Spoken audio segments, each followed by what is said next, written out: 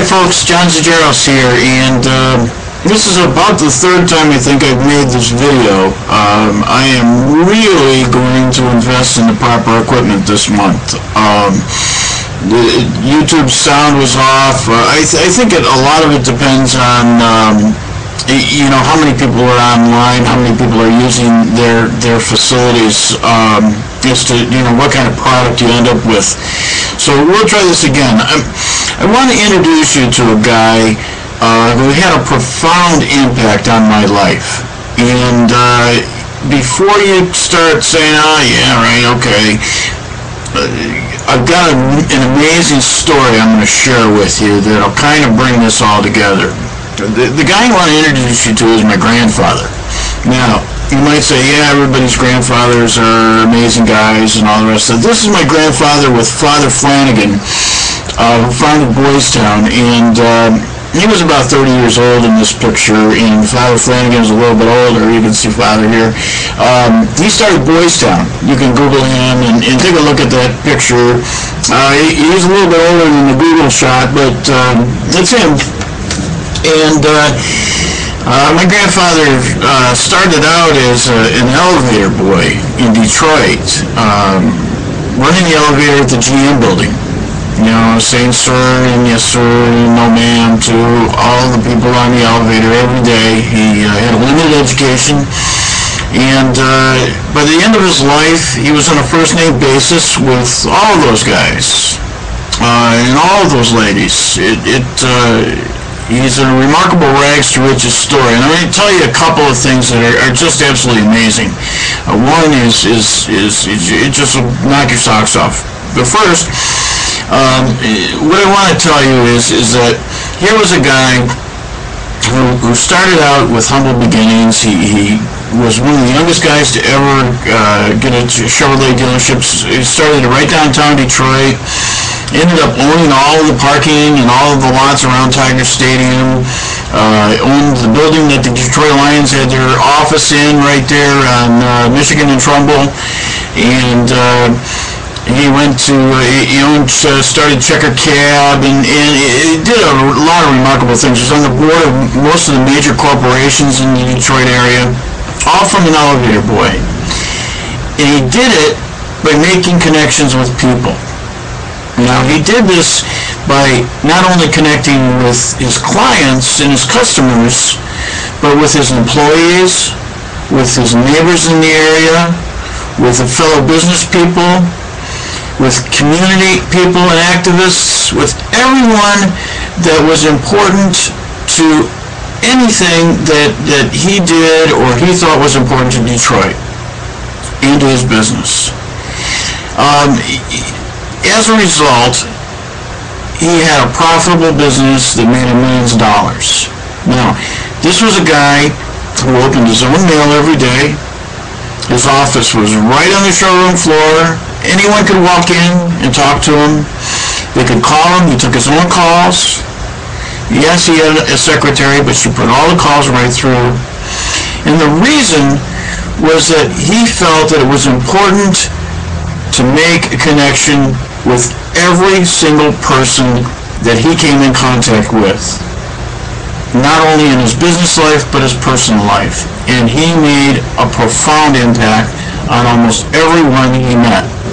He ran this charity event and made what would be millions of dollars in today's money.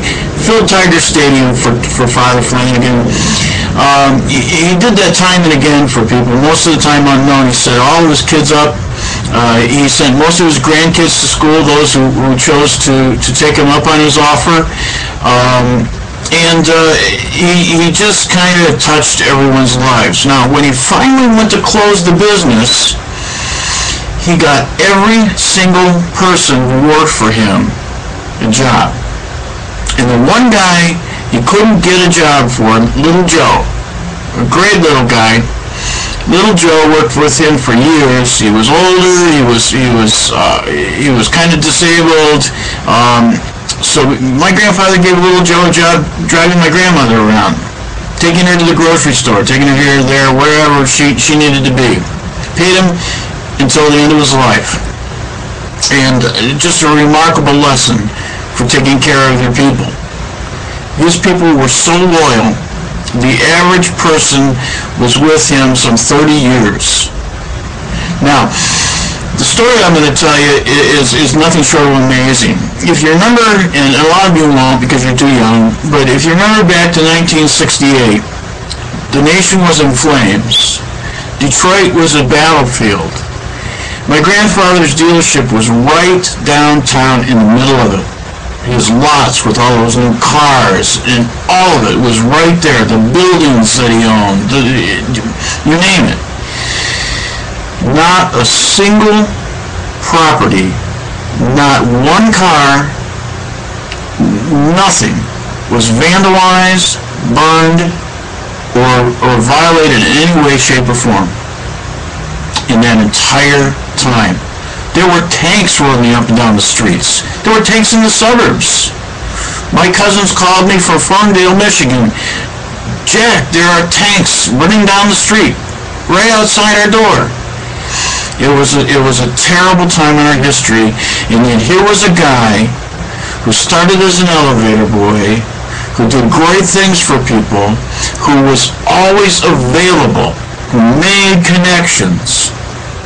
And this guy was unscathed, untouched, literally and figuratively.